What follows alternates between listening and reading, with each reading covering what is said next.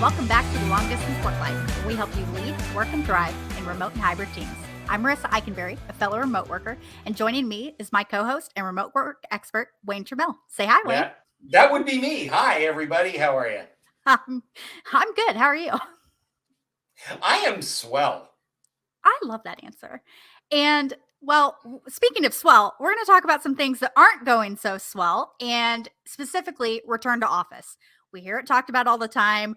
We all have mixed opinions about it. And so one of the things that I wanted to start with was we know it's not going very well. We see the headlines, we see people talking about it, but what exactly is happening? Well, as far as the headlines, we all know that we have to take that with a little bit of grain of salt because nobody ever posts a headline that says, hey, the plan is working. Right? Like, I have never seen that headline ever. Right. But to be fair, there have been some challenges with returning to the office. And there are some things that have been happening. First of all, there was like all of these people quitting because they were like, no, we're not going to go back. Right. And now there's a second wave, which for the record, I predicted. And you can find both Kevin and I talking about this a year or so ago, saying that there would be a return to office and then there would be this second wave of chaos that followed a few months after. And darned if we weren't right. We will link to that in the show notes. But we did know that that was going to happen. So, yeah, there are some problems with return to the office. And basically, it's been that whatever the plan was, and there were as many plans as there are organizations, the plans didn't work out. Now, you know, I'm a firm believer that if you want to hear God laugh, tell him your plans. Right. We've all heard that one. I am totally down with that particular thing. But there's been some unexpected resistance. There has been a shuffling of things. We thought it would look like this, and now it looks like that. And sometimes that shuffling is kind of consensual and everybody agrees to it and it's the right thing to do. And sometimes it's knee-jerk reactions. But essentially, people didn't really know what to expect when they came back. And there has been this tension, this real tension between employers and employees. So kind of to go off of that, there's a blog post that you posted, and I'll link to it in the show notes too, where recently you said that you were talking to somebody and they had said, people are acting like we're insulting them by asking them to come back into the office. They knew that they would come back eventually. What gives? Like, did people really know that they were coming back? Is that part of this resistance?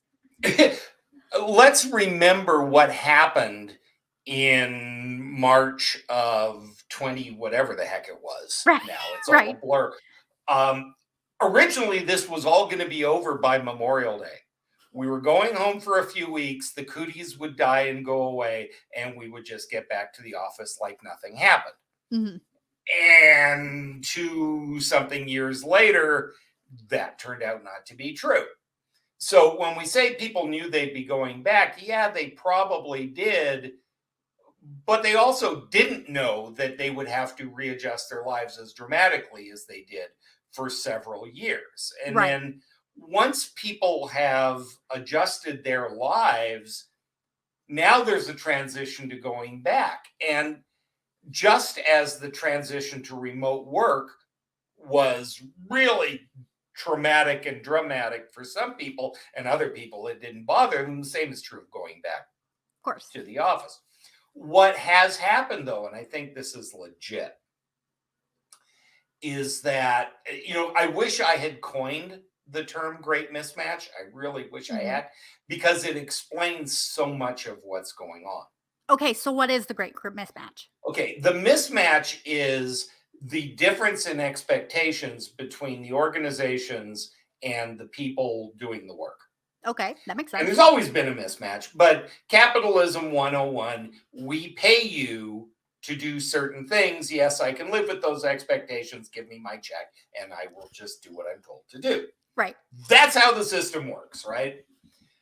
What has happened in the world of work, though, is employers, many employers, not all employers, Of course. many employers, especially the senior leadership, not so much the managers, but the senior leadership have said, well, so much for COVID. Let's get back to the beautiful before times when all was well. And acting like nothing And changed. acting like nothing happened. And that's the problem. Employees said, wait a minute, we upended our lives. We adjusted all kinds of things. Some of the things about remote working we liked, some we hated. Mhm. We didn't get a choice in the matter. If we wanted to keep our job, we had to do it. You were worried that there would be massive productivity loss. Turned out not to be the case. We stepped up. We did everything you asked us to do. We exceeded your expectations. And now you're going to act like none of that happened. Yeah, it might almost feel like a punishment in that way. Hey, I've been doing all of this really great stuff, and now I have to upend my life again. Hey, for 2.5 years, I haven't had to commute, which means I essentially got a raise, Right? right? Even if you didn't pay me, I've gotten several thousands a year back in my pocket Mhm. because I don't have to commute and do all that kind of stuff. I've stepped up. I've done the job. I've proven that the job can be done, or at least part of the job can be done remotely. Right. And now, without asking us or giving us an option, you are now asking us to give up something that we have. That's called the endowment effect, by the way. Okay. If you are leading people, you need to know about this. And this shows up in our politics all the time. It is a simple law of psychology that people react more violently to emotionally violently Of course. to the idea that something is being taken away Mhm. than they do the excitement and joy of something being granted. I mean, it's just So like so many things. We react more to the negative option regardless of what it is. So the reason people scream about entitlements in government is because if you have to take something back or change something, people will feel like something is being taken away, Mhm. Okay. right? The whole Social Security debate here in the US is that on steroids. So people have gotten used to the flexibility of working from home. They've gotten used to having a little extra money in their pocket and not putting wear and tear on their car. Mhm. And now you're asking them to give that up. And all they're hearing is it's because the company needs you to do that. It's kind of the corporate version of because I said so, Yeah. which never works. It never works. Well, and I know we're hearing all the time too about, oh, well, the culture is bad. So we have to bring everybody back to the office. Everybody's like, okay, either A, I didn't want them to be my friends anyway. So they don't care. Or it's like, they're happy with the people that they talk to, or they do have relationships with them. And so it's like bringing them back in the office isn't really going to change that, or they don't feel like it's going to change Well, they anything. don't feel like it will. Here's the thing Kevin and I get lumped in a lot with the remote work zealots Okay. Which makes sense. who are like, in a perfect world, we would burn all offices to the ground and turn them into Starbucks and, whatever. And I don't believe that. Right. I think it depends on what is the work that needs to be done. I believe that there is something to in-person collaboration. I believe that we are basically a remote organization, but Kevin tries really hard at least once a year to get us in the same room at the same time. Yeah, I think at this point, I'm the only hybrid employee that the Kevin Eikenberry group has. And it's only because I shoot video. I Right. have to do that in the office. I can't do that from here. But that's the thing. There are tasks that need to be done in the office that you can't avoid. Right. And oh, by the way, you live Yeah, I'm not that far away. But that notion of, yeah, you know what?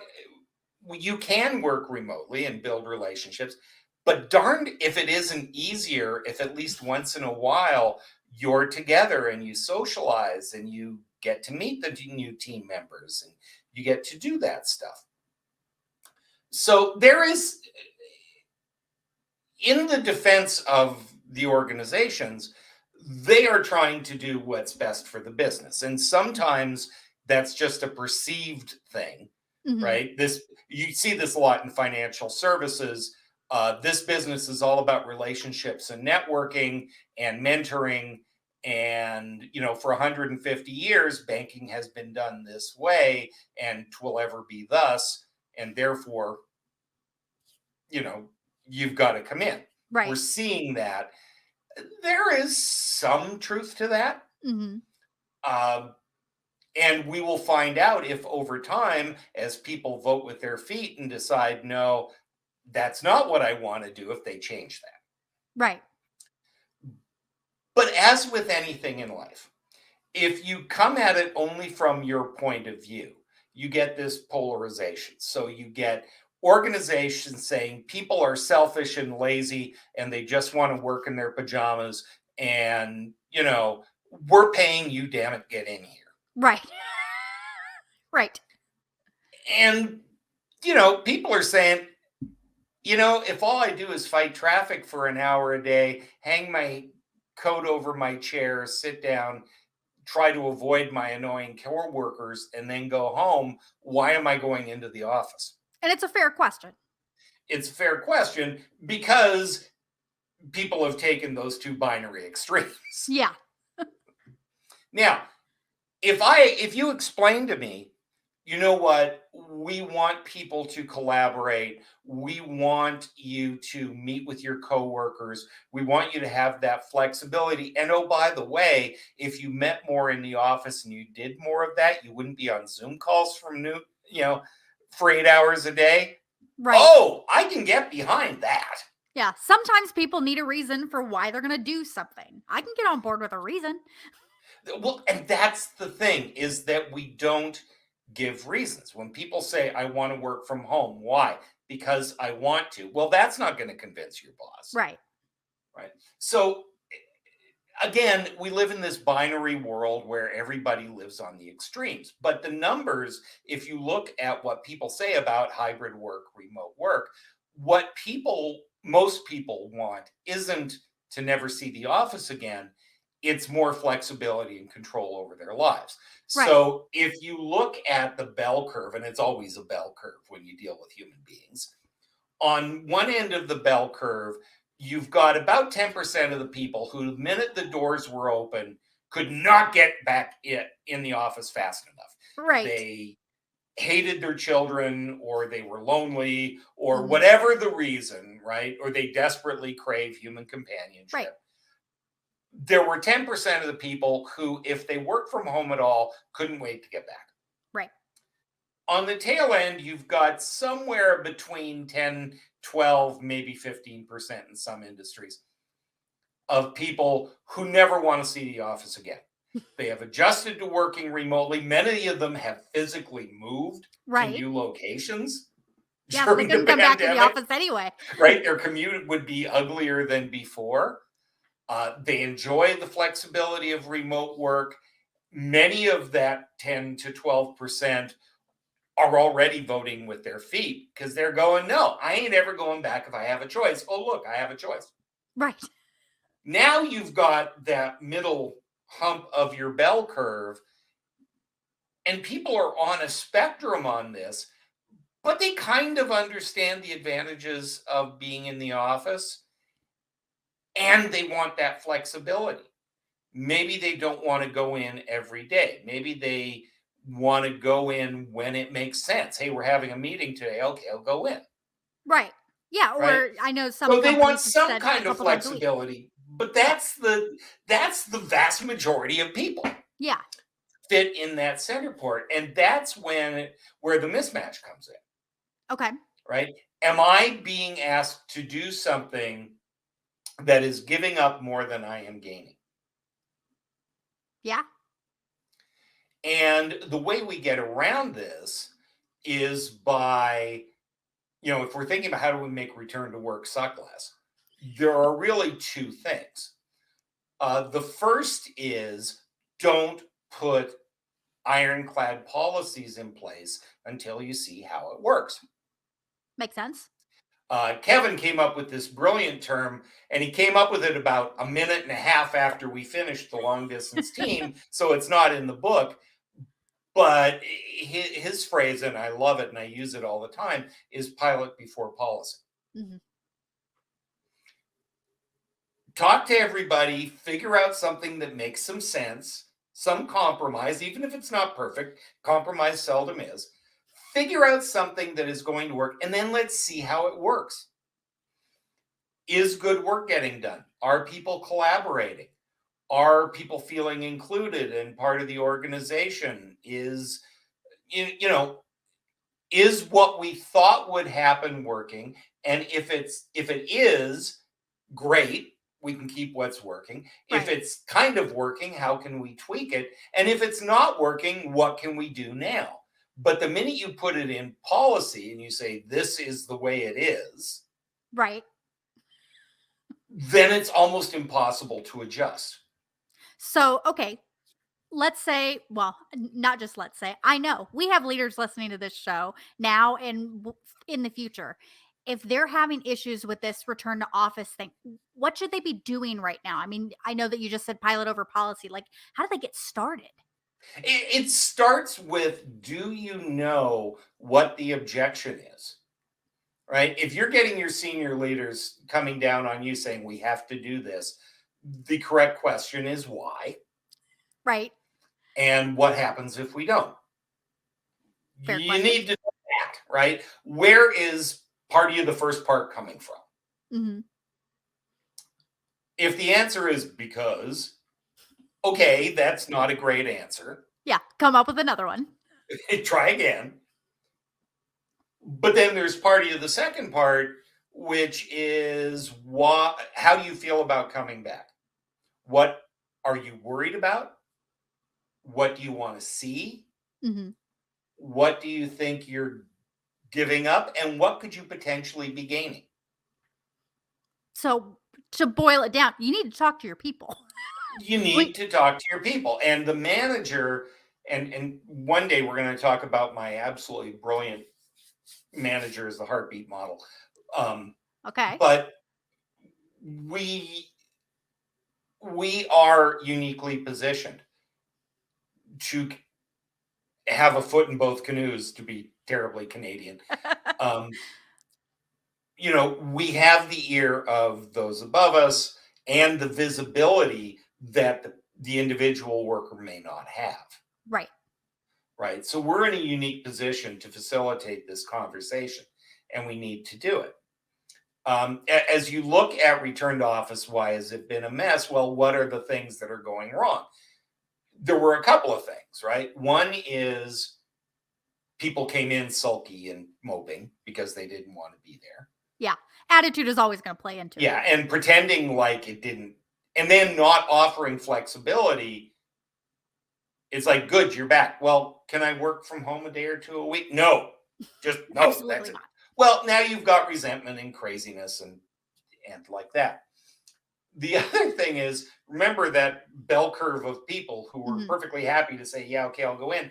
They kind of, after a while, remembered what they didn't like about being in the office. The rose-colored glasses came off. Rose colored glasses came off and they went, oh, yeah, it's really hard to do quiet heads down work. And oh, yeah, I really dislike sitting next to Bob. And, you know, so it's like, yeah, fine, we're back, and I'm glad to be back, and there's social interaction and excitement, and I'm not staring at the same walls, and all of that's great. And oh yeah, that's right. Yeah. Well, and something else I've seen too, and I know we're about to run out of time, but like I know that some companies in their way of, okay, we're gonna bring people back and we need to motivate them with something. Okay, DJs in the lunchroom. Really? Foosball tables, bring your dog to work day. What you have to understand who your people are before you make that work. Yes. You know, So it's like, uh, DJ in the lunchroom, or I could just be my own DJ at home in my kitchen. you understand completely. Yeah. Yes, young Padawan, you have reached enlightenment. It was gonna happen So eventually. so yeah, return to office. What a shock we made a plan. It didn't work out exactly the way we thought it would. That should surprise nobody.